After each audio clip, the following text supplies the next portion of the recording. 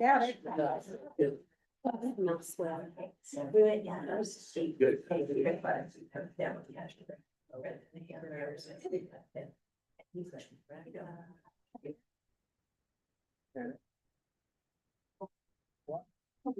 Just like do. And that's it were a concern.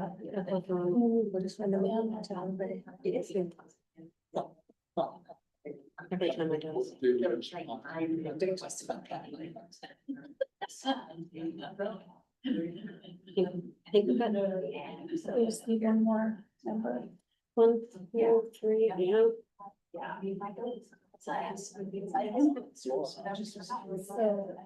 Laura's not coming.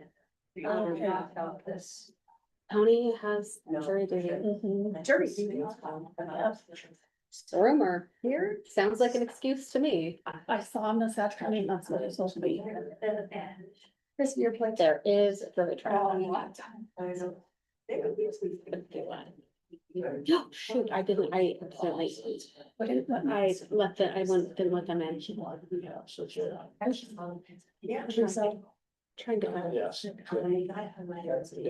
That's my guess. Chris, your place. And you already got utilities. That's Dr. Tell. Yeah, it should be Bill. Oh, wait. It's Laura. I think that was Is it? So, present remotely, right? Yeah, Laura and Jerry. That's right. Is Erin coming? Laura coming? Laura's online, Oh, so is Jerry. Oh, so we got 4. Good. And we're missing. Well, we don't, Megan and Erin.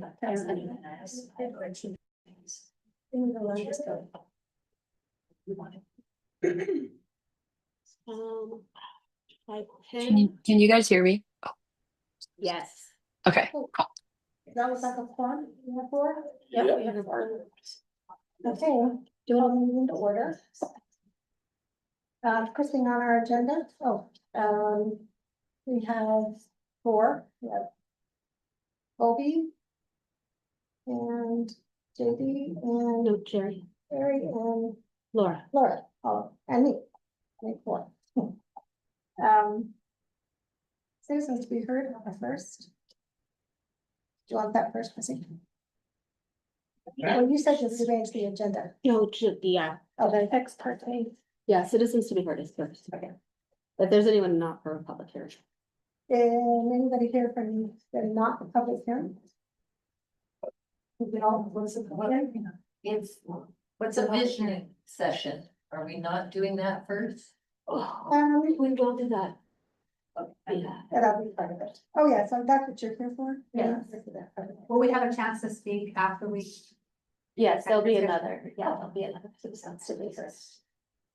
For division, yeah, okay.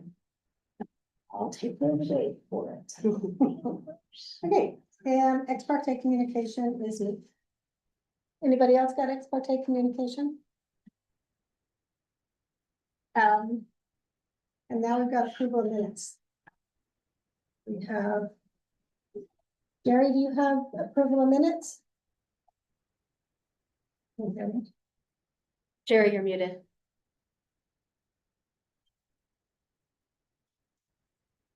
really quick, y'all. I think Erin is trying to join via Zoom. And Jerry, if you look at your personal window, there's a little button that says mute or unmute. Yeah, it was giving me some problems, so I've got it. There you go.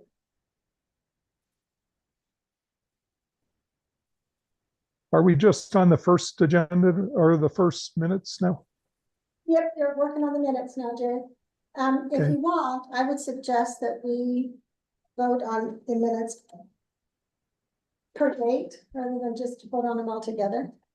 Does that make sense? Okay. So, I'll make a Yeah. motion to approve all of the minutes. So 6:23, 6:09, 7:14, and 7:28 okay, from all the previous meetings. I'll second, but I do have, one thing I probably think is right, and that's on the minutes.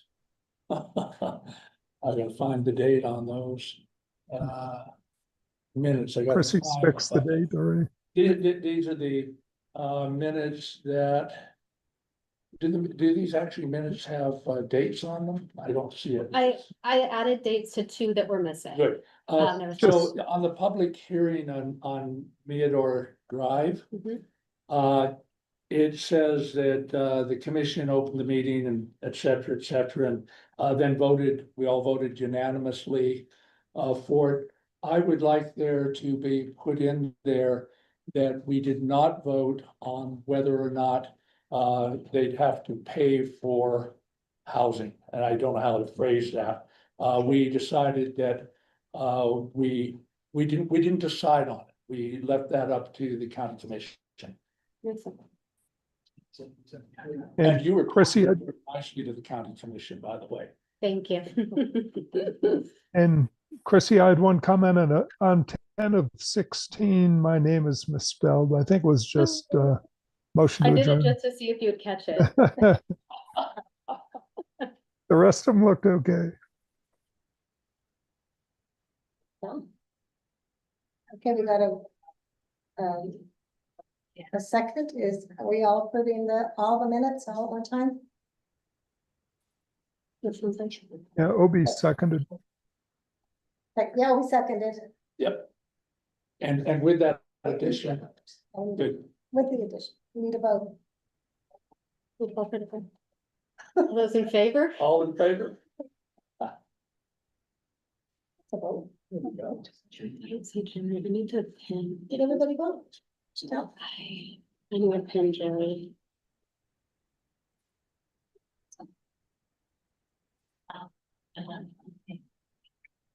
Should I call it? Should I call it? Missy? Let's call it. Jerry, did you vote for the minutes? And Laura- I did. I voted in favor or Okay, approved. Laura? And Laura Berry's- Same. Laura? And Aaron just showed up. I already No voted. pension. And I voted for. Okay, they all passed. With the changes. Can you hear me? Yes. Oh, There's there. Very interesting. So there's 5, 7, 7.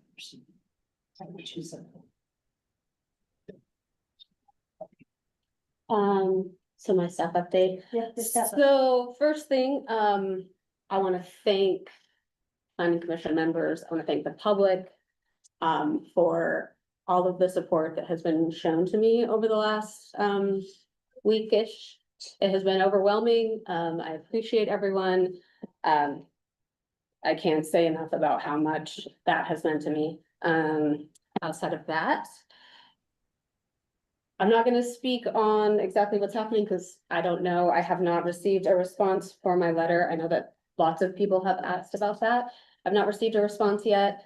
I have been told to draft a transition plan to replace myself. Which kind of sounds like an audit finding, but I'm gonna leave that as it is. So that's where that's at. I don't know exactly what's going to happen, but as of right now, I have told applicants that I do plan on continuing working with the ones who would want to continue working with me just to keep continuity. I understand if they don't want to work with me, but I do want all applicants to know that it will be an option, of course. The transition plan that I have drafted includes me staying on kind of overseeing for at least the next 30 to 60 days, and then people coming in and signing off sort of both ways, creating kind of a RASI situation. And so that's where I'm at with that. Other than that, that's really all I have. What's wrong with it? Commissionership. No, no, county commission update. So I have some notes, and do you wanna, if you wanna add, come and add it, you can be? Okay, so, just a recap from the August 19th meeting related to planning, there was a presentation by the Moab Area Community Land Trust, Caitlin Myers, the executive director.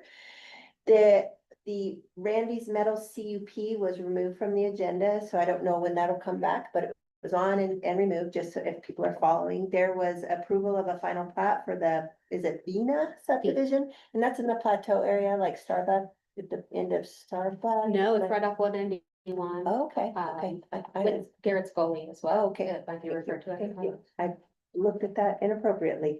There was a move to appoint an additional liaison to the planning commission, which will be Brian Martinez, and that passed 4-3 with the Dean, Hadler, and McGann in opposition.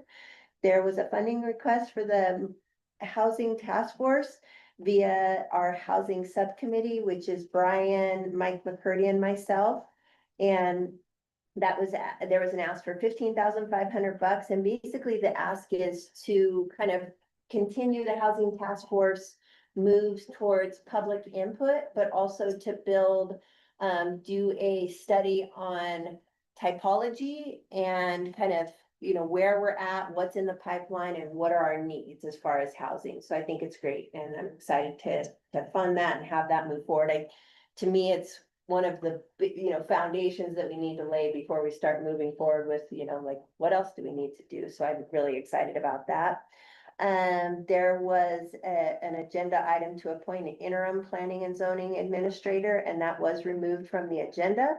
And then lastly, there was just a discussion item. I think it'll eventually come back as to a cooperative agreement for dark skies mitigation. And I made the big mistake. For some reason, I thought we had like 20,000 in the budget for that. There's not. Gabe said there's 3,000. That was a big hit. That's totally my fault. We do have a couple county commissioners that have not spent their travel monies for this year, so we've all, you know, we'll all said we'll donate our money, so that will bump that up a little bit, but maybe next year will be more money for dark skies movement. But anyways, I apologize. I don't know where I got that number in my head, and I failed to like just check in with Gabe. So, do you want to add anything to that? Yeah, just one quick thing. This just came in, from, Wissa here, I just wanted to read it. And. Here's something. You heard? Yeah, I couldn't hear you, Brian, if you could. Yeah, I'm stepping up to the table, so, Grand Water and Sewer Agency, this is from our previous meeting that we had. Grand County residents interested in getting paid to replace your lawn with Waterwise Landscaping. Help us modify local ordinances to join Utah's sod back buyback program. Contact the Planning and Zoning Commission today. So that just came out through Yopify. So I would imagine that we'll probably be seeing a couple of things coming to this commission on that program. So, thanks. I have a question for one of our liaisons. Is that allowed? Can I ask a question? What was the reasoning to add an additional liaison for the county? I'll let Brian answer that question. I can't hear you. I'll let Brian answer that question because I don't have the slightest clue. Great. So, Thanks. yeah. Appreciate that.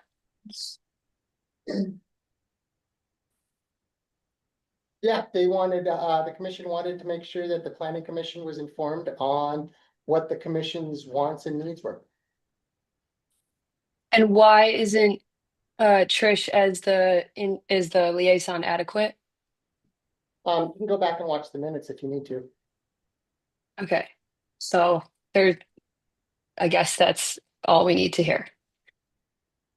Do you think that's an adequate answer for the constituents that you represent? Yeah, I think that people wanted to see someone else here so that we can get some things moving through planning and zoning. Okay. All right. That's all I had. Okay, great, thanks.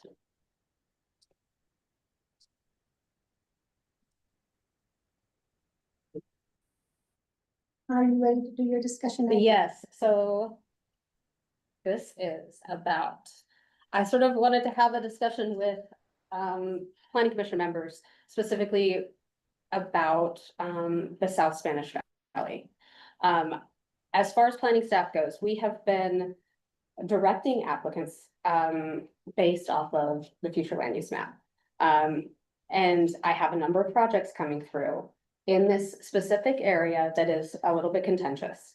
As from staff standpoint, it doesn't seem helpful, or it doesn't create trust if I am directing applicants towards a goal that is going to be, doesn't come to fruition. It doesn't make sense for staff, it doesn't make sense for them. So with that, I kind of wanted to address some things that have come up, talk about the future land use map, talk about the future land use plan, and talk about the process that went into it, and whether or not, especially with an updated land use code, hopefully being, on the horizon, this is the map we're going to be using. So we need to kind of, whether we address these zone changes now, or whether we deal with it at land use code revision, we just I need to know how we want to handle it. So with that, first things I want to talk about. The consistency with the adopted future land use plan is one of the really important parts of looking at a land use code or a rezone. If the future land use map says one thing and we're directing applicants towards that, and then it's not happening, that's something that we really need to talk about. And so I'm gonna go kind of one by one. So commission, how do you feel about that? Where can we go from here? I want to start, if it was okay. Part of the request for any rezone is looking at the map, yes, but also checking out the land use code, something we don't have. We need continuity in that. We need something that says, here's how we're going to process that, because we don't have that yet. Even in this new rezone that we're talking about today, it says designates this area for residential transition supporting increased density in appropriate contexts. We don't know what the appropriate context is because we don't have a land use code to provide that. And if you look at the general plan, which is really one of the most important things to look at since we're doing that, we have smart growth principles right at the beginning, this section, page 48, and it talks about creating range in housing opportunities and choices and walkability of your neighborhoods, and all the things that are going to happen with every zone change, not just one zone change, but every zone change. And then it talks about integrated land use, general land use policies. It also talks at the very beginning of the general plan that in order to make this work, we need a land use code. And I think we've all recognized that, talking about that, it's things we really need. There were some other little, there's this section on page 53 of the land use or the general plan. It talks about, well, 151 is heritage and history, and how do we deal with heritage and history? Where is it going? And we just willy-nilly start allowing everything to go wherever it wants to go without a land use code to guide us. The land use code is the guiding document. Without that, we're lost. I've had people call me and ask me about processes that they want to do. And I go looking through the land use code, and the section that I go to send them to is gone.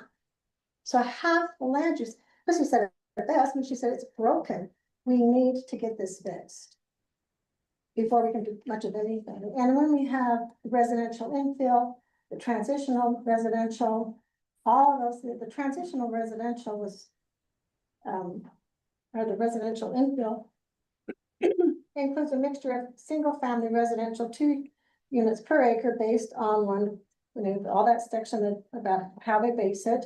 Then our transitional residential is this single family residential designation is to intend to provide transition from residential infill designated to the rural residential designation, then it goes into how that works. Rural residential goes into the same one. Without a land use code to provide us with that information, we're lost. And I think that's my biggest concern with what's going on right now. And I know I've talked about it. I think the land use code is our Bible. We need to have it in order to get things moving, but we don't know where we're supposed to go with these things. The general plan is pretty cute. It tells you this is where you want it, but we don't know what we want there. It just says this is a good place for it. And then it doesn't give us any information because that happens at land use code. Well, but to speak to that a little bit, so with the land use code update, I imagine a map being adopted with it, Okay. and that map is going to look like the future land use map. Yes, it will. Okay, so with that, with the future land use map, and then with the future land use plan addressing how we deal with rezones going forward based off this, sort of, we have to consider them within, these neighborhoods. So if something is called compact neighborhood, we have to equate it to SLR or MFR, according to what was adopted with the future land use plan. Right.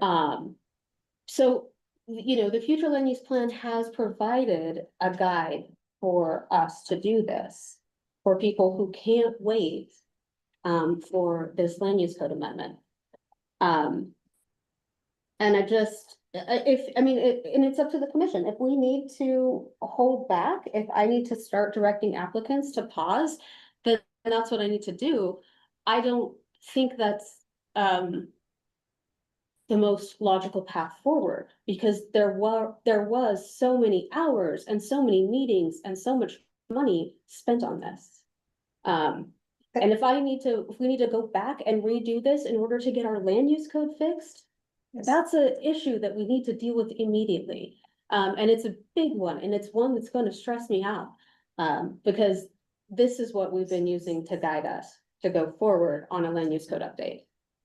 And so these are the principles that I'm directing applicants to. These are the principles that I'm going to direct the land use code to. And I do think that it was, there was community engagement. It was thought out. There were a lot of meetings, and it was months of meetings. We constantly talk about housing crisis, housing crisis, housing crisis. We need places to put houses. And then when we put a map down, the map suddenly doesn't matter. Chrissy, I had think applicants' frustrations. Yeah, go ahead. I had a couple comments on this too, and I think Mary, you did a really good job of explaining, but I think in a real simple sense. And Brian, this is really important for you and for the county commission now that you're a rep here. And that is the disconnect that Mary was talking about is real simple. The future land use map has been released. It's on our website, and that's what people are looking at. The problem is if you go, there's a table 5.4 in the land use code. And I don't know if that'd be hard to put up or not, Chrissy, but I think, Brian, you can refer to it. Basically, what that does is list development standards in a few different ways: MFR, multifamily residential, small lot residential, and large lot residential. And if you look at the future land use map, there are no designations. Those designations do not exist on the future land use map. And that's really the problem. The future land use map has gone through the public hearing process, but it refers to designations that don't exist in the land use code. And so people are trying to shoehorn their zoning requests into a land use code that doesn't fit. And until we really have one or two things we can do, Chrissy, we can update the land use code, or we can stop using the future land use map until we have a land use code that reflects what's on there. I don't see what else we can do, because otherwise we've had issues with this in the past, and it's going to keep happening. We have one today, right? And Yeah. really, the issue is the big step between small lot residential and large lot residential. We go from 2 to 5. And that's a big enough, well, in the case today, rural residential to small lot residential, and that's a big enough step that people in the immediate vicinity get concerned. And the transition zone that we talked about in the future land use map doesn't exist. My guess is that in the case we're looking at tonight, it would fit in the transition area somewhere between SLR and LL, or in large lot residential. But none of that has gone through, none of that's been developed, and none of it's gone through public hearing. And thus, all of the concern from the neighboring people when these changes are brought up. Yeah, I mean, and So I I do don't- hear that. I will again point back to the translating zoning districts to place types in the future land use plan. Yeah, exactly. So Brian, did that make sense to you? Because I think Trish had a pretty good handle on that, but I think it's important that you and the county commission understand, the bind that we're in here. Jerry, if you were sitting here right now, I could actually show you a map. I just drew that out in about 2 little sentences here to someone I'm sitting next to. So I have an understanding of what's going on, right? And I think I see where the problem's at. Good, good. And unfortunately, Brian, we've had a couple of administrators leave. Now we're on to the third with Chrissy in a temporary role. And, the focus this was going to get, at one point, we talked about having a third party do the development, with the administrator's guidance. And unfortunately, it's been really happenstance that got us to where we are. It's not the fault of the people in this room. But unfortunately, where we are is we're probably a year behind where we should be with this, right? Or maybe close to it. Well, I don't know if I'd go a year, Jerry, because when did the future land use map get approved? About a year ago. Yeah. Was it a year ago or was it? It was December, January. December of last year, so we're only 6 months in. Yeah. I don't think we're as far back as people want to say, right? Right now, I Yeah. think what we're waiting for is for a new planning and zoning director to be hired. I do believe that we should be seeing something coming up here within the next few weeks. But you'd have to go talk to administration on that, because I really do think that this is gonna be And- their baby when they start going and moving through.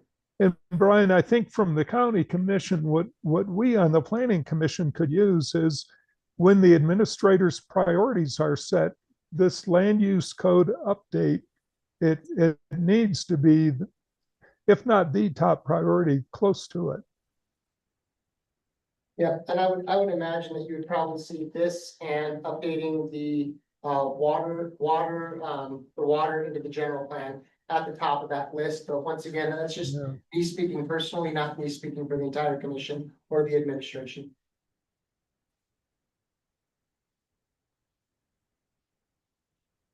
I'll just second that, yeah, I agree, we are only 6 months in. That's good, but we ought to have been spending much of that time working on this land use code. I've been going though off the future land use map. And it is interesting, compact neighborhood, it's one thing about the future land use map, it's really hard to figure out exactly where, Moffett Street is and where the piece is on that land, but it does fall in that compact neighborhood, and there's moderate rural residential or lower densities, and I can't remember the one that's on top of that. So yes, it certainly is probably in a place where more density was planned. And this was what the kind of what we have from citizens and then people looking at the future land use map, Yeah, for sure. but there we are. One thing I did forget to mention earlier is, sort of traffic. There's been some things brought up about traffic. There's been things brought up about, infrastructure, and those things happen at, subdivision approval. They don't happen with a rezone. So when you cite something like there's no infrastructure, yes, there would be none until something is approved. The process for a rezone versus the process for a subdivision are very, very different. And this is mostly for the public that is listening and is here. The process for subdivision is where, you know, we're gonna address drainage, where we will address transportation, and where we will address like all of the engineering associated with that. People are very concerned about flooding in this area. There's a really good argument that development and creating the infrastructure to handle the water is going to be more helpful than just letting the water run across and wherever it ends up. These are things that are done. These are things that are required in land use code. One thing that I also wanted to address is transportation. And roads and traffic studies will be done at subdivision process. And with that, we will look at ingress and egress and where the traffic is gonna go onto which road. There's a reason, one of the reasons that this was designated as a higher density area is because there is a way to get traffic off of Spanish Valley and onto 191 very quickly and efficiently. People might not like that, but that was something that was discussed during the process. So these are things that we felt, staff felt it was important to bring up before I come to you with 3 more rezones in this exact neighborhood. Because people have been waiting for quite a while for these things to happen. I don't know if Laura or Aaron have anything to add, or if you guys have any. I would also Yeah, ask. I got a couple, how I think about it. When I'm coming up with these decisions, like Ravens Rim, that was such a big decision, even though it was on the future land use map. I didn't feel like what the upzone was reflected what the future land use map like would reflect. So there's these things where it's like, yeah, there's like a discontinuity between the two, but there's some things where it's like, yeah, your large lot residential to small lot residential, it's in the future land use map, it's surrounded by other. It's like, I feel like the future land use map gives you cover to be like, hey, yeah, this has been, public input sought after, we're boiling a frog very slowly alive, right? Like that's the general upzone process. At the same time, this is all legislative. And, if I come in wearing my pants backwards and they feel funny, I can approve or disapprove. I mean, a commissioner, I can give a recommendation to approve or disapprove, but it's still a legislative process. And so I still feel like there's a fairness in having that legislative process. It just puts people more in the hot seat for being like, hey, okay, you don't like this here. There's a good counter argument to it.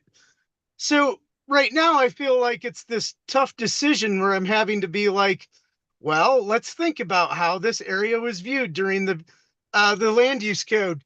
And that's kind of and another thing is if people are upset about density going in, or I'll start over. I think developers, some of them understand, some of them understand planning and zoning, some of them don't. Some of them just want to build some houses on a piece of property they bought. Some of them, understand the ins and outs.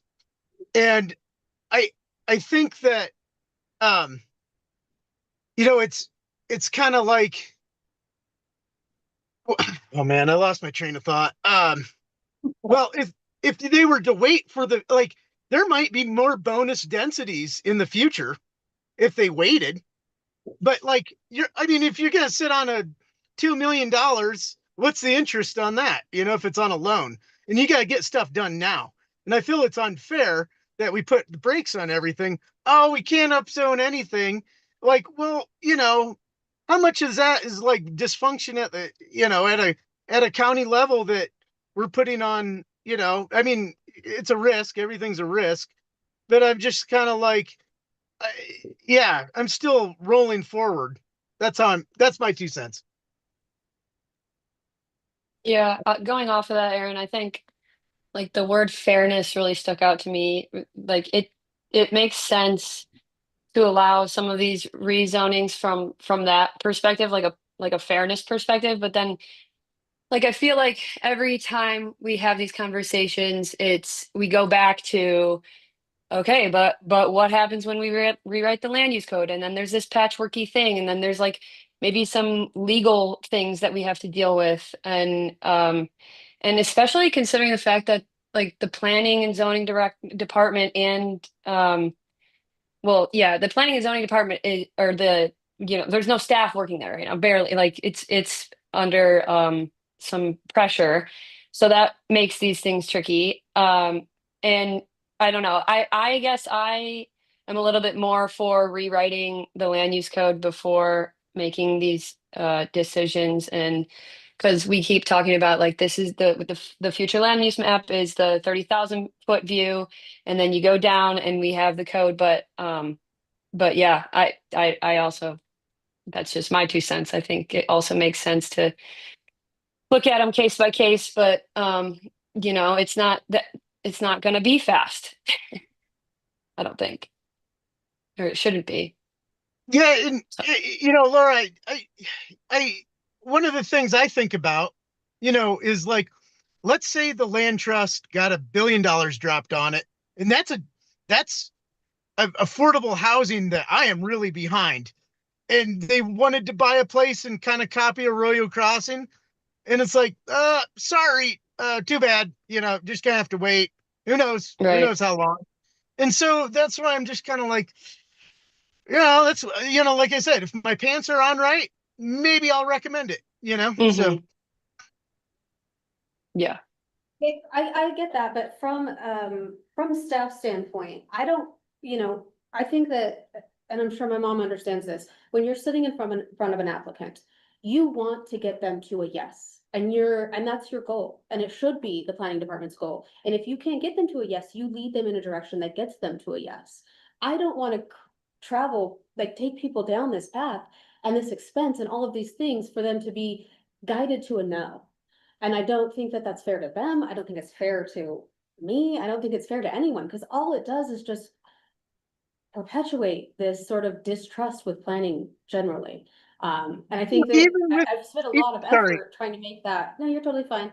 I spent a lot of effort trying to create a sort of, you know, situation where people can come to me and I can tell them the honest truth. And if I'm not allowed, if this isn't going to let me do that, I really need to know. Because I don't want to create a situation where I have to sit here and look at applicants again and again and be like, I know I told you this, but I lied, because I, I just don't want to do that. and I think there's a difference of philosophy between all of us. That Mary's might stick to we need to update the land use code, and I might upzone a doghouse for affordable housing. So like, where does that put you in terms of like, yeah, where does that put you? And I'm like, I mean, even if we had the future land use map or code updated, an upzone still is a legislative decision. It's just easier to make, right? Right, but what Like, I'm saying is with this one, I think this would be, with the land use code, this is just going to be zoned SLR, is yeah, my take on what the land use code says, is if we want to tell these applicants to wait 6 months, don't go through the process, just wait, and then when the map comes out, they'll just be able to build it, it'll be used by rights. Well, and also, I think that what we need to pay attention to is every residential district revised section. There are sections in there that require certain things that we don't have anymore. What about air and light? And what about, obviously you'll take care of the engineering, but what about,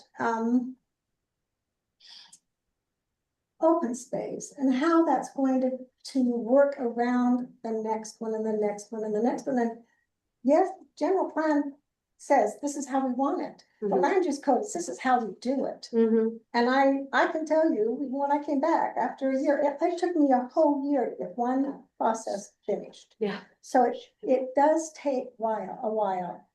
And And I hate to tell people that they need to be patient, but we have to be patient to get things to look good in our community. You don't want a mishmash of, we'll put you here, we'll put you here because we can do this here. It needs to have continuity. It needs to have clear direction in how we're gonna get there. Right. I- I would say, oh, go ahead, Mary. Go ahead, I'm sorry. Go ahead. It's all good. So I No, like so those polite. points. Right? I like both of those points, Mary and Chrissy, that you were making. Yes, I agree, Chrissy, it's good to get the applicants to a yes, but like at the same time, we have to make sure that they're like going with the code, right? And that's what I think Mary's trying to say. So like, I don't know, it's tough. We have fun car conversations. You know, from, I did ask Aaron to come to speak more from like a technical standpoint. I don't know if he feels comfortable. To kind of point out some of, like the transportation stuff and just some, you know, higher level, what it's like for them. As far as like applicants and engineering and yeah, if you want to come over, that would be great. Hi, everybody. For those who don't know me, I'm Aaron Holland. I work with SET Civil Engineering.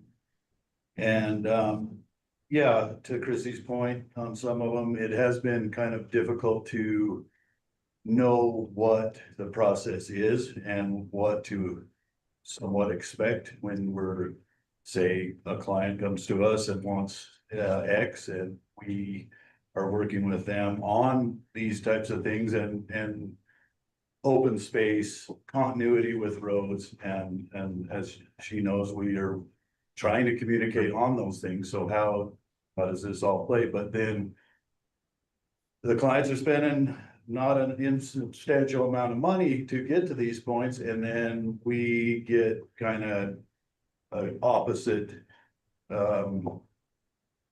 end result, or have to go back to the drawing board or what have you. It's really difficult to know what to even expect. And Yeah, and I think that one thing I just want to point out is a lot of times applicants are being directed by staff to go this route. And I think that's the part that I'm having the hardest time with. That wasn't me, but prior staff was directing applicants in this way. So I picked it up and I was like, okay, we'll do it. And then, and I understand why planning commission is saying what they're saying. I completely understand it, but it's just a difficult situation that I'd like to sort of create, you know, I mean, I don't even know what my entire goal is. It just seems like a discussion that was worth having. So I can figure out what I'm gonna tell the next 3 applicants that are waiting. yeah, I mean, Chris- we were Chrissy? told by Yeah. prior planning administration that, you know, this Yeah. zoning was actually more than what we were looking for in certain cases, and then having difficulty even getting what the zoning already kind of entails out there through. So it's really hard to know where to even, and we don't want to waste people's money, and then, well, that's what it's doing in a big way, you know. And so we need housing, we need these things to happen. We were told that these zoning designations would kind of be in place by now, but then, of course, staff and things like that have happened. So, but yeah, knowing what to expect is a big factor. Sherry, sorry. Chrissy, we really only have one choice here, and that's to use the land use code that's published. That's all we can do. Yeah. And so, you know, the one that's coming up tonight is probably like other ones as well, right? It's they're not asking for one of the designations that's on the future land use map, because those are undefined in land use code. They're asking for SLR. And so all we can do, it's SLR, isn't it? Hello. I'll talk about that when we get to Okay. that point. but yes. Okay, that's different than what I read. Yeah. Staff Yeah. report could be correct, but yeah. Okay, all right, but yeah, that's in any case, regardless, all they can ask for is what's in the land use code today. So really for us, all we can do is evaluate them against the land use code today. And if they want to be evaluated against one of the transition zones that's not yet defined or released, then they have to wait until that's defined or released. We have no other choice.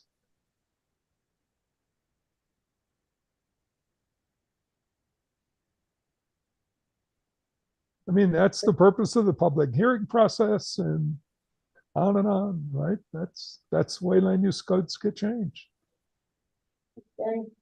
Would you want to call the audience? Well, I kind of wanted to open it up if the chair is open to that. I thought it would be appropriate. I think that they were sort of directed that they might be able to, bring some thoughts. So if anyone has thoughts, we'd love to hear them. You could come up to the table though, just so that the microphone can hear you and the people online. Thank you. Good. Dr. Sorensen, I represent Lenny Cheryl Sorensen, Moab Veterinary Clinic, and the guys at Creek Ranch. And my thoughts on this are that let's keep it zoned the way it is. I have so many people ask me, where can I buy an acre of land to keep a horse? There is none. Housing crisis, San Juan County has got a whole bunch of developments that's just come on board. They can go down there and do it. If they bought the land, they bought it in that zone. They can develop it in that zone. I have nothing wrong with that. Or inherit it. That is, let them develop it in the zone that it is. Let me finish this. Are we starting the public hearing? No. Okay, good. This is just Good. a This is still discussion for discussion. self-managed Good, Maui. yeah, I'm just making sure. Yeah. Excuse me. I didn't mean to stop it. Do I have inappropriate here? No. No. Good. There's a lot of us that went out there and moved because of the zone, because we could do what we needed to do and not be affected. I mean, I get calls all the time. I even got a call a couple years ago complaining about the smell of my fresh cut alfalfa hay. I get some obscene calls. They won't give me a name. If you're gonna build next to a feedlot, then that's what you're gonna have. You're gonna have to learn to live with it. And a year ago, I took a pretty good financial hit with that flood. And a lot of that is just because of the development further up the road. And, they have these plans, but then there's no follow-up on them. Who cleans that pond out? Who takes care of it? It doesn't get done. The one development across the street from me, Mary can remember this one. A lot of promises were made. They were never kept. So here I am, stuck with it. Having to deal with the aftermath of it. A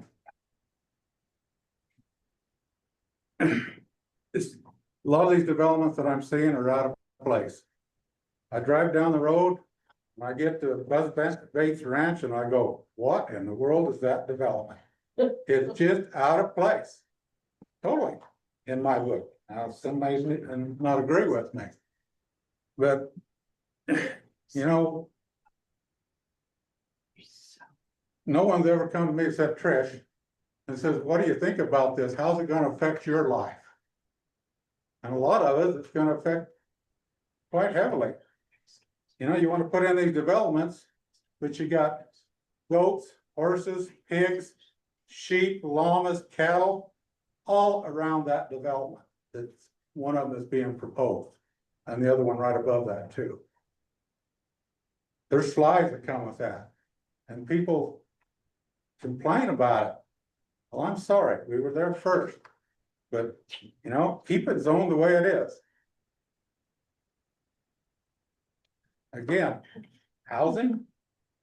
No, I don't think it's a problem. Sammy Somerville's place just starting to be developed. Where's the water gonna come from? Where's that sewer gonna go? I counted up the houses on this one development and 10 of them is gonna border my property. That's gonna be a problem. Because my spray, when the wind changes, is gonna hit that fence. And so, you know, if it's a 1 acre piece, we can work around that. So my point tonight is, you know, leave it alone. Keep it the way it is. If they buy it, they can develop it the way it's bought. The only other change with this high density is money. And they say they can't make a go of it unless they do that. I'm sorry. That's what you bought it as. So I appreciate your time. So let me put a time on it. Do you want to set a time out? On the Or is it Tuesday. discussion? It's not like. Hey, sorry, I'm in a meeting. I'm doing it anymore, busy. Huh? I think that's, is there anybody else that wants to speak? Well, back to your. Sit up here so that the microphone. can- Well, I'm just, this isn't about the development, this is more back to your. Yeah. Planning problems and. I think it's so complicated because. It's the type of housing that we need here in this valley.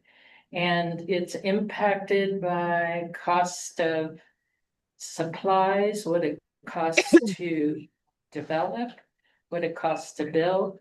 So how do you create the type of housing that is affordable? And I see that Aurora Crossing has been such a great solution. But that's completely different. Yeah, Because they don't own the land, so they can control the prices there. So I think we need to look at that as what type of housing is needed. It isn't more higher level or second homes here. We need to provide for residents that are full-time residents of Grant County. right, and I think that the big argument to that exact point is that the only way people can afford to develop that land is by giving them density. And this, and that includes, PDs with, density bonuses for attainability. That includes some planning solutions. But all of those planning solutions do include increasing density, because that's the only way that a developer can afford to build. We're working on some other programming where we talk about piloting roads, working on things where you get density or bonuses for potentially tapping into transportation plans. But in order for people to be able to put in the infrastructure and put in everything that is needed that goes into a subdivision, they can't do that. They can't make it attainable on 1 acre, one house lot. Yes, and as citizen, as a neighbor, it's also our responsibility to have responsible development. Yeah. And that's what we're talking about, not just this mishmash. And, it impacts the quality of life. And I would love to see a community. I mean, she has Brenda Novak, anybody that owns property and wants to develop, but has a right to do that. But it's do it responsibly, that you may be creating community for people where kids feel safe, that there's open space, that there's a place to create community within that development. And so people can congregate, share with one another, help each other out. That's what community is. And That's what we're trying to get with this Yeah. land use code. Land use code was put together, we probably have a lot of that available. And we just don't have that yet. I think that's Okay. going to be the hardest thing for this county to get into if they don't start now. Is we need rules, we need rules on how to do it, how to do a subdivision standard. But I have no problem with rezoning. If in that process of rezoning, they also have all the regulations that need to go with it. Because you just can't, right now, we don't have any. Somebody come in and wanted an LLR zone change, and they wanted to build an important subdivision. Okay, fine, but right in the middle of Dr. Sorensen's farm, I mean, we need to find where that continuity is going to be. And Right, how to provide that, and that's what we're talking about tonight. yes. So, and, you know, we can go with the subdivision regulations. Well, we have now. how to create density and also open space, I think. And that's what we need, and that's. It's we need that. challenging, and it is. I'm with their land use. And- code, let 'em have. Can I? I have Also, one. just to continue that thread a little bit, I'm hearing we need affordable housing and we're talking about rules. And I have a question. How can we know that it's affordable housing if it's not deed restricted? Is that even possible? It can't. Okay. Bullshit. So if we need affordable housing, we need deed restrictions, is what I'm hearing. Well, and there are elements of MFR that require a master plan that would put deed restrictions on properties. Additionally, with a PUD process that does allow density bonus for affordability, it does have a deed restriction element that's not exactly a deed restriction, but it is accounted for in the PUD process that allows for bonuses for affordability. Just to throw that out there. Is that, oh, go ahead. I'm good. Okay, so another thing that impacts is our night skies, and there was a code developed over a year ago, right? And then it was put on halt. New development has to abide by that. They do. Yes, Oh. all new development does. It just means the part that was held off on was bringing everything that already exists into alignment of the dark Okay, side. so it's in place. So anything new has to abide by the dark side. Right. Yeah. Thank you. I'm sorry, ma'am, I didn't catch your name. Marty, Bauer. Marty Bauer, yeah. Okay. I am gonna set a timer, but You go, I but don't set it too low, I Mary, won't. but I'm gonna make it really fast. I am Marcy Till, and I live on Spanish Valley Drive. Maybe a quarter mile before you get to Chapman / Moffett Lane. And I have been kind of involved in this kind of upzone. In all transparency, I've had multiple conversations with Curtis. I've had conversations with Chrissy. I've had lunch with the property owner. I fully understand that I believe development is inevitable. I've also come to understand that as residents of that area of the valley, we missed the boat when we didn't get involved in the general plan process. I hate to admit it, but the general plan entailed a lot of public input. And I probably saw those notices and thought nothing about it. So now the general plan is in place and the future land use map is created kind of. I don't know if the future land use map is included in the general plan. It's included in the general plan, but when they make the future land use map, they don't update the land use code. That was a serious oversight in every way. And so now we have this horrible situation. I want to say that I was mortified about what I read about the attempt to remove Chrissy in whatever way. I feel like she has provided me with more information, accurate information than anyone, and been very honest about it and upfront. And I think she's doing a great job, but now we're in this quandary, and I can completely understand how staff is caught between a rock and a hard place in terms of moving development forward. And yeah, so the real question is, how do we put the land use code on the fast track? Do we hold off on other stuff? Is there a way to allow the applicants that are in the pipeline right now to move forward, and everybody else gets put on hold until the land use code is updated? You know, there needs to be a organized approach to this. And I agree with Marty in that, hang on, I just want to say, I went to the housing task force meeting. The median income for a house of 4 in Grand County is $80,000. That's probably 2 working people.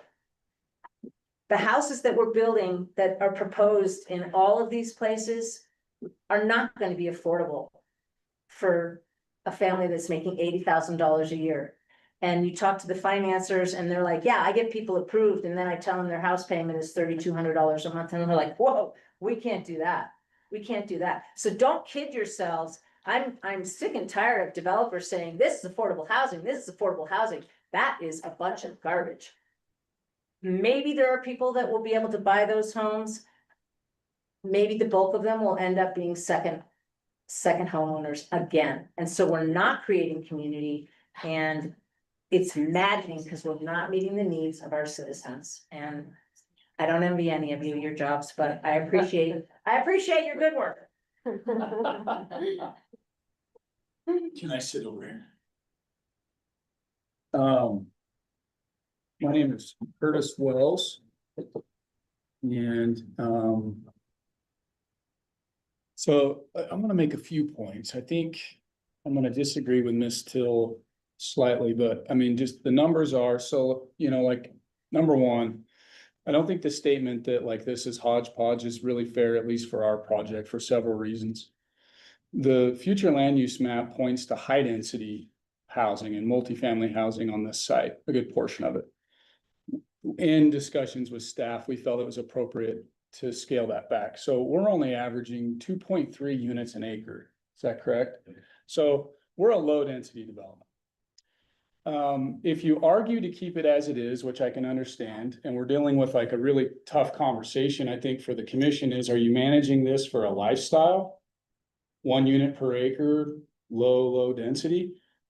In terms of the free market, if you want to see it developed out like that, you're going to start at $1 million per house and you're going to go up to about 1.5. So if you're on a half acre and a PUD, or you're on a brand new home that you just bought, new construction on 1 acre, you're paying way over $1 million. So if you're that's the facts. If you're advocating to keep the zoning as it is, you're telling the legislative body of the county that you want this area to be managed for high net worth individuals. That's a fact. The twin home product that we have proposed on our site, which is very common in Moab on 1/4 acre lots and slightly smaller, those average between 600,000 and 800,000. Really big ones, really nice ones at 8, more modest ones at 600,000. So respectfully, I disagree. Now, how you would argue that that's affordable, there's a lot of different definitions of affordable. But if you're the county commissioners in the room and you're in public meetings and you're saying, we need housing that people can attain, we need housing, then that's exactly what we're doing, is we're saying we're figuring out under the confines of the land supply in Moab and what it costs to build, how can we get inventory for people so they can afford a home? And so, you know, the other point I would make is that we've also gone in and reduced the density significantly more than once and lined the edges of the development of 1 acre lots and half acre lots to try to keep the neighbors happy so that their quality of life and their experience with their neighbor remains the same. So before we even submitted an applicant, or before we came forward to the planning commission, we've done years of negotiating with multiple planning administrators and talking to the legislative body of the county that's saying they want housing. And so I feel really, really confident and really, really good that we have done above and beyond what we can do. Meeting with the neighbors, I've talked to everyone, I've been willing to talk to anyone I can. We've released our site plan publicly, which we're not required to do. Our proposal on the Novak lot is, I believe, a very reasonable proposal that is not a major disruptor to the area. But I just want to say, we just have to decide what our goal is. Like, I respect everybody in the room. There's going to be people that, and all due respect to Mr. Sorensen, I think that's fair. Some people are gonna say, look, I want it to be 1 unit per acre. I bought here when it's 1 unit per acre. My opinion is it should stay that way. I respect that, There's other people that have other things to balance, like getting housing in the marketplace and getting housing to a price that people can attain that. When Chrissy says the density needs to be increased for people to afford, the developer to afford it, I mean, what that's saying is we've got to have a little bit more density so that we can package something on a small enough lot where someone can afford to buy it. And we're in a just tough position in Moab where it's really, really difficult to develop high density housing in the city of Moab for a long list of reasons. The project across from the Buzz Bates place is a great example. That's an HDHO project. So when you hear people say, we want it to be guaranteed affordable, that was the policy tool that the commission came up with to make things affordable. And I'm hearing nothing but people saying it's horrible. So It's gonna be affordable, that's the question. well, but on top of that, people are saying that it looks out of place and they don't like it. And that's kind of the challenge we're in is we're not a government subsidized project. We're just coming in and trying to do something that's a market solution that kind of tries to strike a balance with everything. So thank you for your time. So, Can I add? Go ahead. So I often hear that we need housing from a lot of different places, but I think we need housing is very different than what affordable housing looks like. If we just build stuff that's high density at any price point, that's not going to be that might be the disconnect of that shared goal that you're talking about, Curtis. It's I think that is where the deed restrictions come in. And I don't know do you have opinions on deed restrictions? Have you ever thought about voluntary deed restrictions? I would love to answer this question, so thank you. Number one, an argument to keep it the same, the facts is that you're keeping it in anything we develop north of $1 million and somewhere under 2 million, so that's not affordable. Like I stated, for us to get something that's attainable, if we can put it on a small enough lot in a nice single family home, but it's a twin home, the average price on those units, if you just go across Moab, are between $600,000 and $800,000. I'm classifying that as attainable. The third piece, which is deed restrictions, is the reason why you're not seeing private development voluntarily deed strict is because the projects are not financeable. They're not. You cannot get construction loans on a residential development that's loaded with deed restrictions. So you have no development. That's why it's not happening. And so if the land trust is, they're doing really great work. They had the land donated to them and they're still having a hard time making it pencil. They will tell you that. They're having a hard time getting their units at an affordable price and their rents at an affordable rent. And they were given the land. So what you're saying, Ms. Commissioner, I can understand is your concern is if it doesn't have a deed restriction, it won't remain affordable, but there's no silver bullet to this.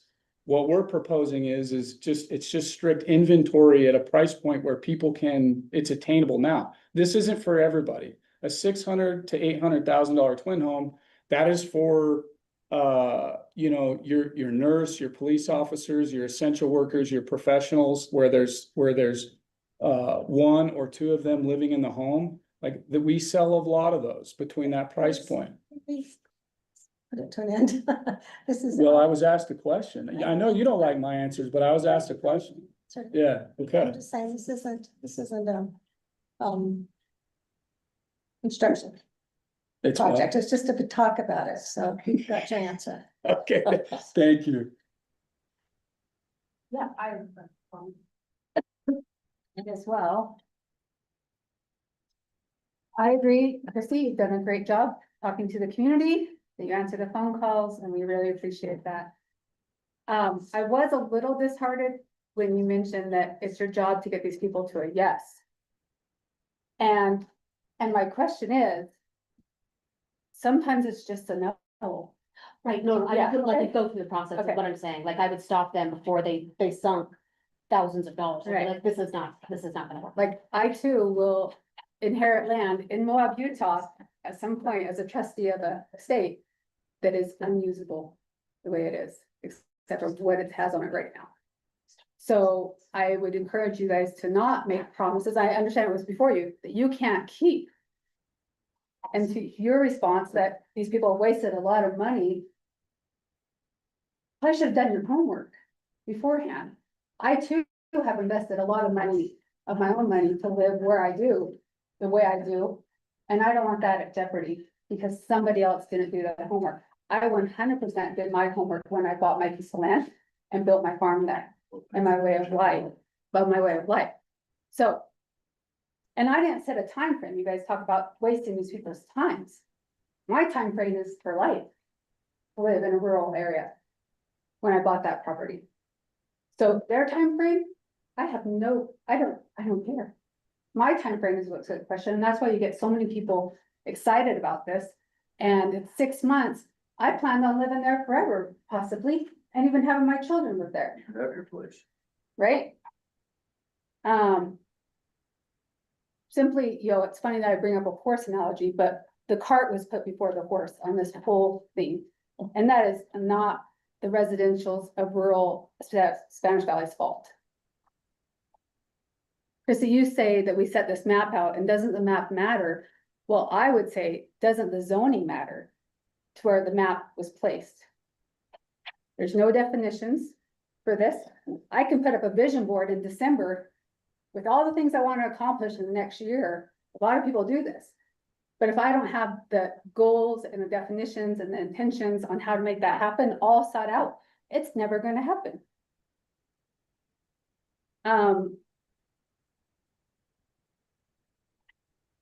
That's what upset me just the most, is that I heard that your goal is to get people to a yes, and like my mama raised me, right? And sometimes there's just no's. Right. And that's what, I'm sorry if somebody has inherited a piece of property that is developable for millions and billions. It is what it is. And that's why you're getting so much contention on this, right? But thank you for your time. Yeah. No, and to clarify, what I'm saying that is, I don't want to allow an applicant to take it this far if it's not going to be approved. What would happen is, at a pre-application meeting, I would say, whoa, let's look at this completely different. Let's pull all of this back. I just don't, if these projects that are coming up, I inherited.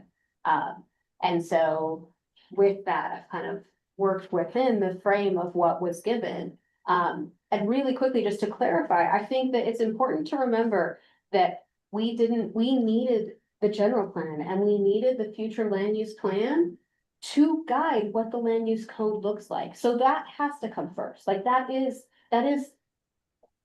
the cart. I'm putting the cart, that is the horse. The horse is what's pulling the land use stuff. So the future land use map, the future land use plan, idioms are lost on me, but is the horse and the cart is the land use code. So yes, this is the correct way. It's just, it got tripped up because we can't keep a director. Well, she made promises she can't keep. Well, she was worried, I mean, that part's either, yeah, I Can I mean, just say, and just because some of this was kind of directed towards me, I think. I grew up in Moab. I would love nothing more than it to be just like it was when I grew up, but that's not reality. We all have children, we have if they want to stay here and they're gonna be here, they will need places.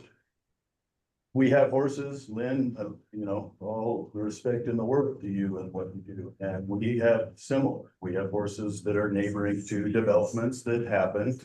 But it doesn't an end of that lifestyle or what you do or what we do with our horses, like it doesn't stop that. I've seen it happen right next to our farm, so life goes on and it didn't end that. So the bigger picture is, how do you make those affordable? How do you make something that people can attain and you know, we all work however many jobs to afford to have a place, but if you have a large lot, you have what? You have either lawn to water or you have weeds to deal with. If you have smaller lots, then there's a lot of recreation here. Not everybody needs a huge yard, and I have a lot, but you know, it doesn't mean that somebody else doesn't need one too. You know? So when I was in the job I'm doing and the position I'm at, and specifically with Brenda and these that come to us, I have spoke with her and she's been more than willing to add connecting trails with the Christian, with horse trails to connect from where there already is to where they're going. I 100% know the need for them.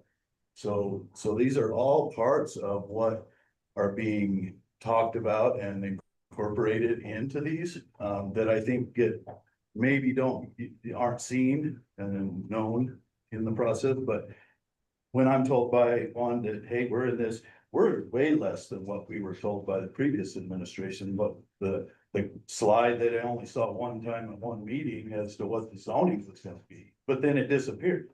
So how do you work with that?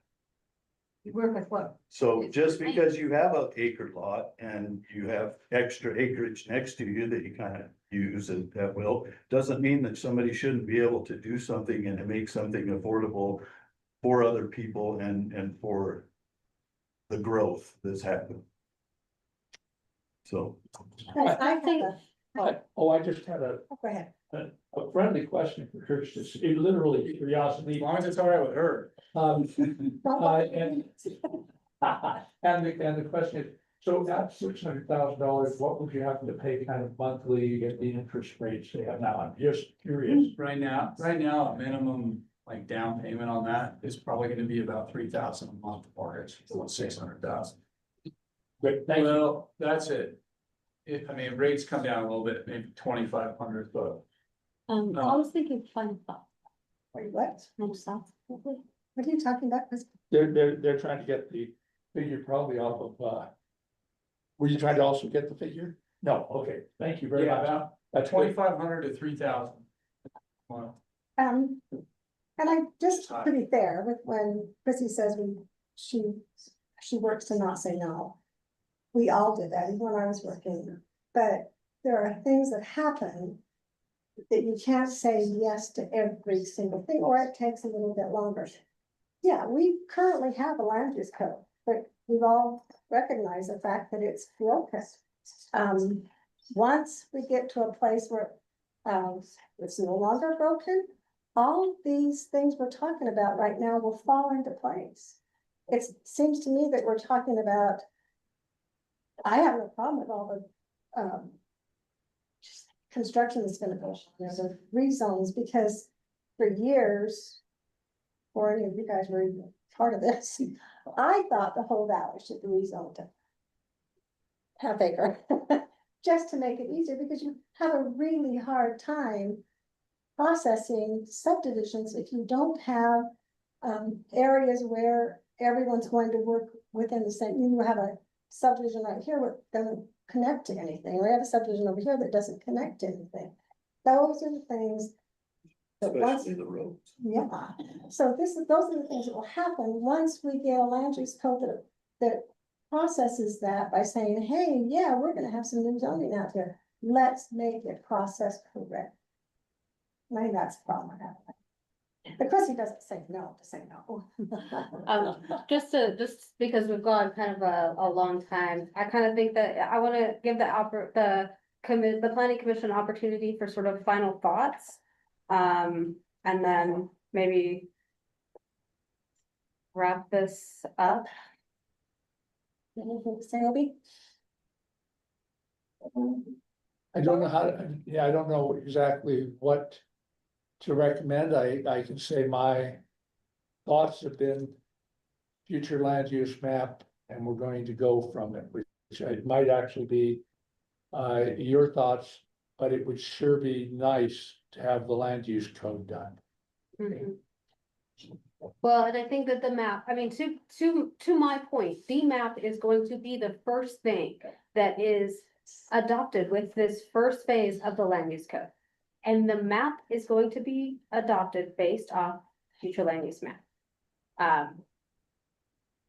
I keep saying that, and I want to make sure that the planning commission understands that, and these are going to be, and the public too, these are going to become use by right. These are going to become, when the land use code is adopted, when the land use map is adopted. These designations in the future land use map are going to be used by right. It's not going to be a legislative decision anymore. It's going to be, this section of the map is 5-1. This section of the map is 2-1. And I think that that's really important that we keep in mind, because you know, the longer that these people are holding on to this land, the prices aren't coming down. You know, it's going to get more dense. And, you know, if we're approving things that are more reasonable than what use by right is going to allow them, I think that's something to think about from the public standpoint, from the planning commission standpoint.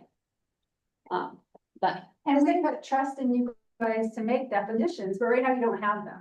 We put trust in you guys to make those definitions to help us understand the use by right, once it is there, but it is not there yet. It could happen. I mean, honestly, if we had somebody here that was writing a land use code for us, those are the questions that would be asked, those are the questions that would be answered. We would all start finding a place where we're feeling comfortable. We're just uncomfortable right now because we don't have that section of the process that we need. Does anyone else from the planning commission need to speak? No, Yeah, I think we're gonna wrap this up. I had a question. So, you know, that use by right thing kind of confuses me a little bit. What happens if we have a residential piece of property in a node that is designated as commercial? Would it be an automatic upzone, or is that still a legislative action to upzone it to a commercial? Like, you know what I'm saying? Do you get what I'm saying? no. Like, so the future land use map is like, hey, this area we identify as a node. Like, for example, like Curtis's thing that he did by Arroyo. And that was, I think that's identified as a node, but it was MFR. So to switch it, like, let's say that, you know, on that map, it's MFR, but they want to switch it to commercial. Like, just because would that still be a legislative decision? Yeah. That's So what if I they was were under the switching- impression. If they were switching what the land use was designation was, then yes. But I mean, I don't want to get too in the weeds, but that area was slated for a mixed use, not an MFR. Mixed use means that it could be used for commercial or residential, and that density would be much higher than what they actually. But I just zoned want to it. be clear, there's still a legislative process that exists. Not really. It would just be, if they were changing zones, You could yes, you that's could always think legislative. it would just be it would be beyond the bounds of what the future land use map would say. Like, let's say I wanted to build, you know, 100-story high rise, and it's like, well, it's not in the map, so you're gonna have if to the have code doesn't allow it. you're gonna have a hard push to make that, because now you're gonna have to make a revision to everything. Right. Right, and that's called a text amendment to the land use code. Text That's a amendment, different right. process than a rezone. A Right. text amendment to the land use code essentially adds a section to the land use code, and applicants always have that option. So like there's one currently coming through for like, it's like a zero, no, what is it called? When there's no impact on the land at all. So it's all like, they truck in their water, they don't have Right. electricity, no impact, basically. And so they have created a section of the land use code that would allow them to have a no impact sort of neighborhood. But it's out of the water and sewer. Yeah, but I mean, so like, there's things like that require a text amendment, because it doesn't exist. So 100 stories in Grant County doesn't exist, so you have to do a text amendment to do it. A use by right just means that it's zoned for commercial, so commercial is allowed and density is allowed, so they're just gonna send in a subdivision and then it's administratively approved. Right. As long as the zone is right. Yeah, cause like, in this section, like a residential final plat is a administrative approval. It doesn't come to anybody. So, do I have anybody else on the planning? I just commission wanted to list? make that clear. I also hear Chrissy, I mean, you just are kind of like, what do I tell people? And you want consistency. And it's like, okay, you know where we all stand, but I mean, I could resign tomorrow. And then you kind of know where the commission stands. So is Except that what you guys you're gonna, approved this map. What's that? That's the part that's frustrating for me, is you guys, everyone that's in this, that's not in this room, but on this body approved this future land use. Well, I don't think Laura might have, but, everyone else did. You were involved in the process of creating it. So when it comes to you and suddenly, that was a little confusing for me. And it's fine. I get it. Well, I well, I understand guess that we the thought only that there was gonna reason- be this thing happening. I just. the only reason I didn't send a recommendation, the only time I have it, was with Ravens Rim. And I felt like that was such a major big change that I just didn't feel comfortable doing a commercial thing from rural residential. No, And so I get guess it. that's where I stand. Right. Yeah, no, So and I guess get you're it. I looking get for everyone. consistency and you're looking for where people are gonna vote and where our attitudes are. I mean, like that's as good as you can give people, right? I mean, Yeah. yeah, it's Hi. mostly, All right. Am I on? Yep. Hello. Yes, my name is Connie Pacheco and I have adjoining property next to Brenda's property. And I live by, the Millers and also by Mitch and Michelle.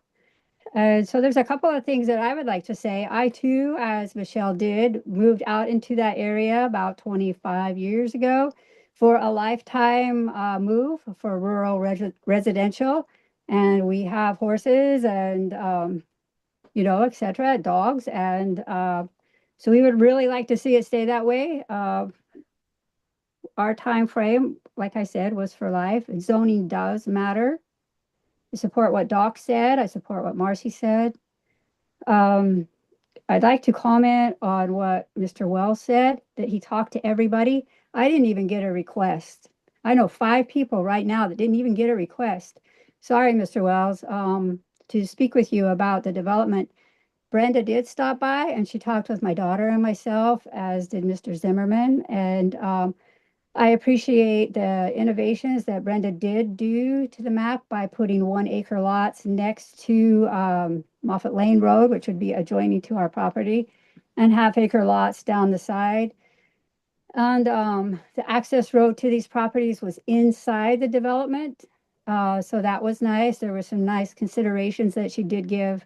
And so I want to say thank you for that. But that many homes out there, 70 homes. And that's the thing, like, how do you get 2.3 homes per acre when you just mentioned that there would be 4 per acre? So, I'm not too good on math skills, but that doesn't add up in my book.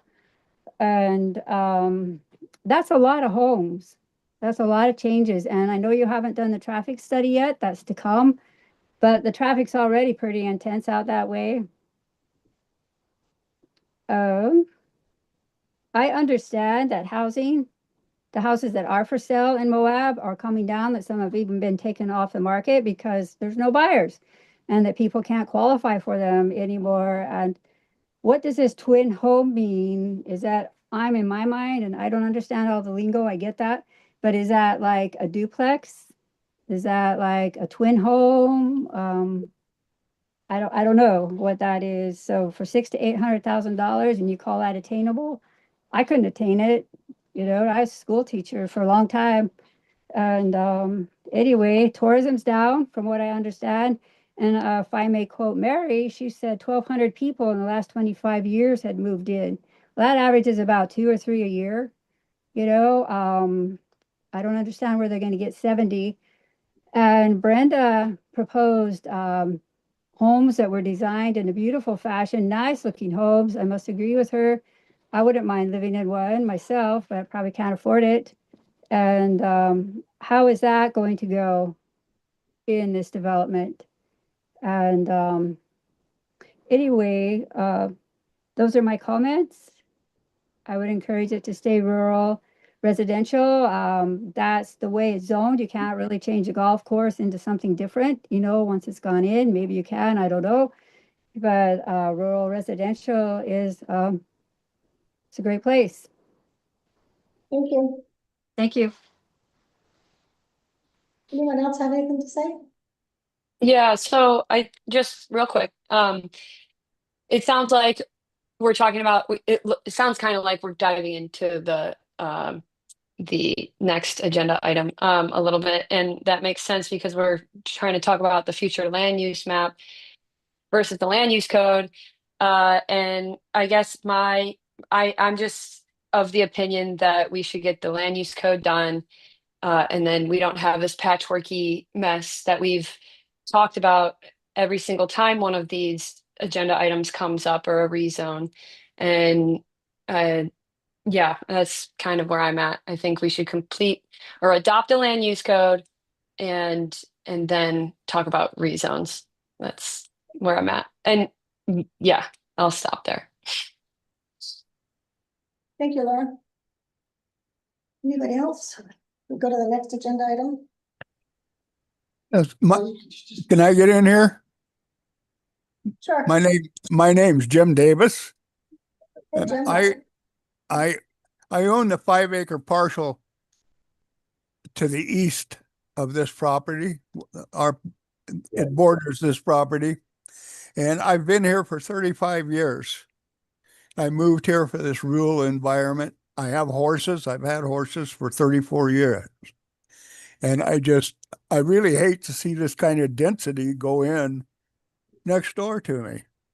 And it's sadly enough, Grand County doesn't seem to have any kind of requirements when it comes to architectural designs or anything. And as a result, this valley out here, excuse my language, has turned butt ugly because of it. And I just hate to see this kind of stuff go in next door to me. And now the people that own the property next door to me don't have a very stellar record about keeping the property up. They've rented it to numerous people over the years who've had little to no respect for their neighbors. At one time, there was 25, 30 people living there in the house, in motorhomes, in a fifth wheel trailer. There were so many people that they built an outhouse in the backyard. On any given morning, you could see a line at the outhouse. And the fifth wheel trailer back by the old barn was dumping raw sewage on the ground. And that's when people started calling the authorities and they shut it down. But that's what we've had to contend with. Now, if all these lots go in there and they don't sell, what's going to go in there next? I mean, it's unimaginable. They don't have a stellar record. Now, there's no access to that property that's wide enough for a county road. So it'll have to be a private road, have to be built and maintained by the property owner. And like I say, his record for maintaining stuff isn't very stellar. No, it's not. Thank you, Jim. we probably have to start the hearing, right? Yeah. Cause Yeah. that's what we're. Yeah, well, let's actually, let's wait 1 second so I can present before we do that, before we close the floor out. But I think that should be recorded as a public comment, for the public hearing, which hasn't actually been opened yet, but he did speak, so. And maybe the comment before it, I, they talk about a road going. I mean, they were both kind of, I think we set this up so that it could be sort of, you know, I wanted to talk about this before we go into the public hearing. But I do think that probably now is a good time to dive into the public hearing, unless commissioners, did you have anything else you wanted to final thought? Commissioners on this discussion. You just were looking for guidance and I'm wondering if you feel like you were clarified. Not really, but I do think that I can, I understand where the commission, where the planning commission stands, and I do think that, I can work with that, with prioritizing the land use code update. So I do, you know, I do think that I already knew that, but I do think that it is something I can work with. So thank you, Aaron, for, How being conservative. much is it out of order? You know, I know these things are very touchy, but can you fly things past us? Like, hey, I have this applicant. Can you, or is that not allowed? That's not allowed, right? Yeah, I figured. No. I would never, yeah, I couldn't, that would, no, I couldn't do that. It has to be, everything has to be public hearing.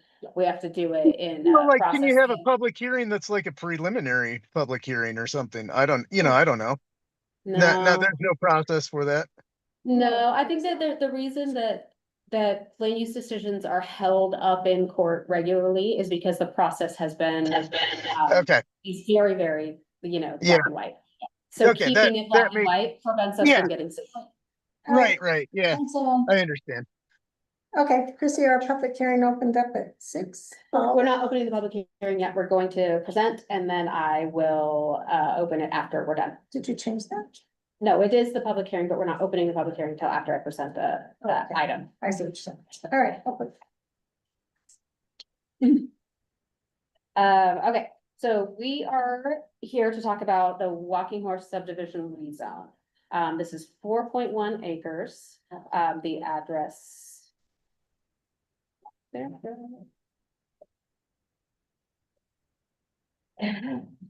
It's parcel 0203500009.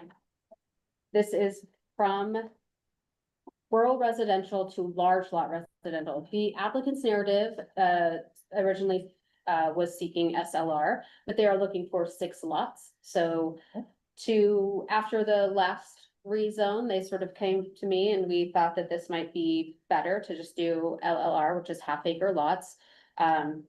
They currently have 4 and they want to go to 6, is my understanding. I didn't include that in the packet, Jerry. I know you had specifically asked about that because it shouldn't, you know, what they want to do and what we're seeking, the way that a land use code decision has to be made is the highest use, the highest intensity of what this lot or what this rezone would allow.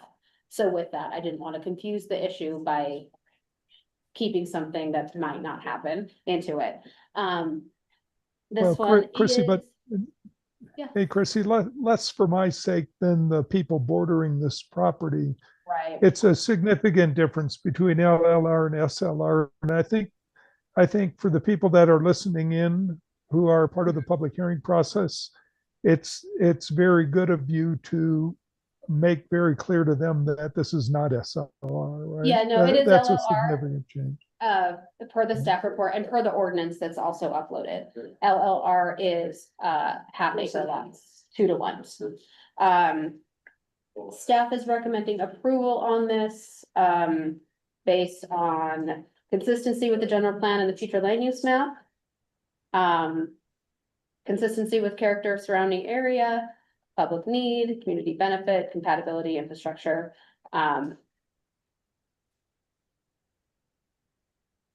I will take any questions that you guys might have before I turn it over to the applicant. Any questions about this from the commission? No? Okay, applicant, if you would like to say some few words. Well, first and foremost, I'm not a developer, I'm a building contractor, been in the area forever. And it's a 4-acre parcel that we would like to develop. It was originally approved for 1-acre parcels, which I guess is within the code that's always been.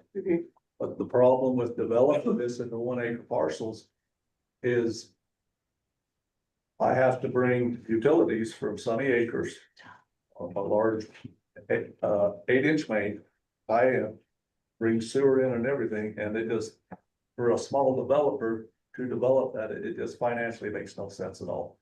Now, the Novak subdivision, which is down below me, gets to hook on to all the utilities that I bring right up to them.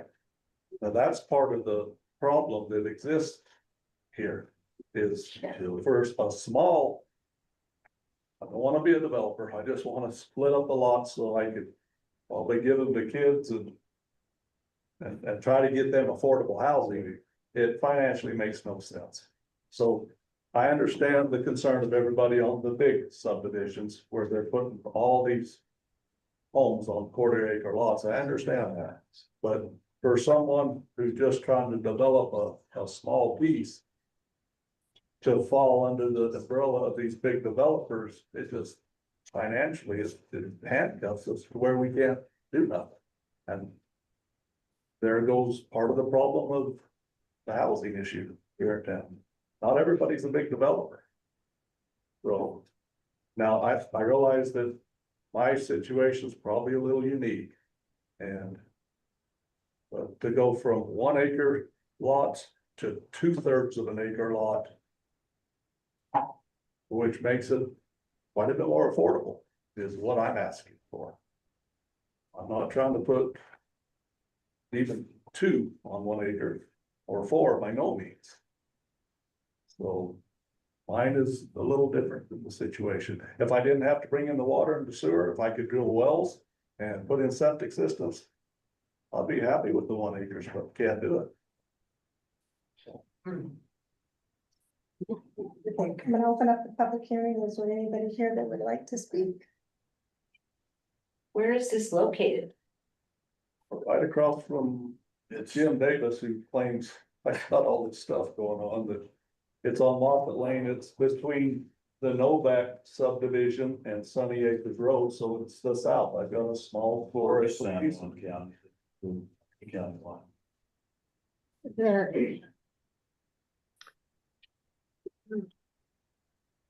Can I get in here again? This is Jim Davis. Another thing on this property, if you allow that density, the existing residence there is on a septic system. 1 or 2 of those lots has got to be on top of that existing septic system. And the house that's there now, the septic system is approximately 8 feet deep. It was built next to the subterranean driveway that used to go to that house. And then it travels north.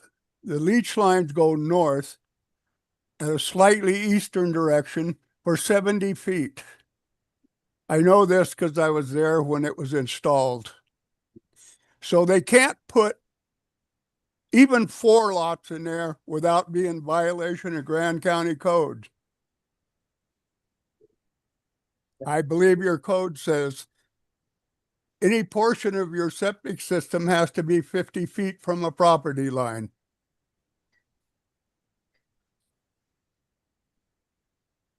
Mr. Davis, that will be addressed when they decide to subdivide the land. At this point, they're just looking for a rezone.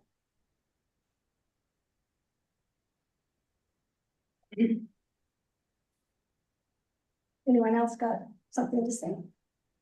I'm not opposed to development, period. Well, yeah, Michelle Peterson again. I just get so sick of hearing, when Mitch and I bought our piece of property, it was waterlogged. We had to go above and beyond and spend you helped us, 25 grand on our water well. Right, we didn't know that, we thought we were gonna get water, we didn't, we overcame it. I have an ADU, I have $100,000 in the ADU because my property allows that. I've invested the money, I've done the time, I've done all those things, so when I hear everybody saying it's unaffordable, if there is a will, there is a way to everything, without breaking any ordinances, pissing off your neighbors, anything. There's a way. I've done it. You guys talk about maybe making me feel bad about my kids maybe not having a place to live. I started small, sold a home, bought another home. I don't expect my kids to be able to afford an acre and a half land like I can now.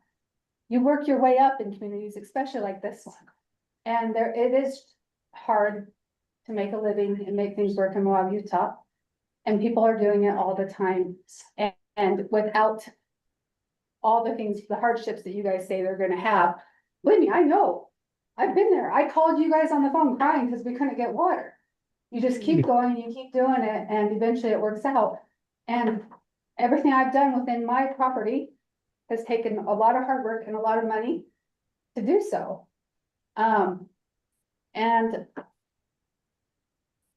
where there's a will, there's a way, and with the ordinances and the zoning that we have. Thank you. Chair, I have a point of order on things. I would like to remind everybody, when they make a public comment, they are addressing the chair and not the applicants. Thank you. Sorry, God. He didn't answer. Okay. It's just, I've seen uncomfortable situations. Anyone else?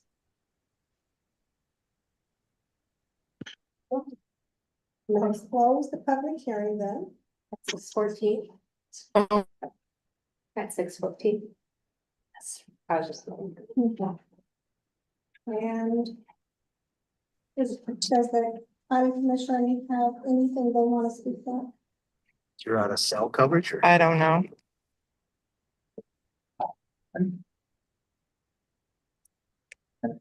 I'm gonna make a motion to approve the rezone of the Walking Horse subdivision so that it is a large lot residential. I'll second that. Yeah, we both seconded. Aaron seconded. Recommend approval. Can I just, can you amend your motion to recommend approval? Recommend approval. Recommend Yes, approval. of course. Okay. And Aaron seconded. Okay. And I'm going to say that I think this is consistent with the land use map. And it's very nice that I don't have to decide between small lot residential and large lot residential. I think it fits easily within the compact neighborhood zone on the future land use map. So I think this is the thing to do. Anyone else have anything to say? People talking. Yeah, Chrissy, Yeah. Okay, Jerry. I also had a comment, and that is, I agree with Obi that it is consistent with the use in the area, going with large lot residential. I think the notes that went out with the meeting notice were for small lot residential had some concerns, but now that that's been updated to LLR, I have no concerns. Yeah, and just to clarify, that was the applicant's narrative. The staff report did mention it as large lot, did analyze it as large lot residential, based on conversations that Aaron and I had. Okay. Just to clarify for the public, also, I don't know if I made that clear. I'm sorry if I didn't. Thank you. I'll call for the vote. Is everybody ready to vote? Call for the vote. Aye. Aye. All of them. I'm gonna vote aye, but only because I think the whole valley should be zoned LOR. Is that, how many is that? Is that, But I think that was unanimous, if I understood that. Laura, did you vote? I'm gonna vote nay. Just Oh. I'm sticking to writing the land use code, so nay. So it passes 4-1. Recommend to the. planning Recommend. commission. All right. Thank everybody for your time. Thanks. Yeah. Send that letter. Thank you, Todd, for not being dramatic in your request. Don't address them. Never talked to this guy. Are we done? Oh, sure. We'll keep going down the agenda. I'm sorry. General business discussions, future considerations. We don't have anything to discuss. We wanted to adjourn the meeting at 6. If you need to adjourn the meeting, that vote to adjourn, do you have I moved to adjourn. to adjourn? Yes. Seconded by Aye. Aaron. All those in favor? All right. Good. Meeting closes at 6:18. Okay, thanks. Bye, Thanks, thank everyone. you Bye. all. Thank you. Bye. Yes.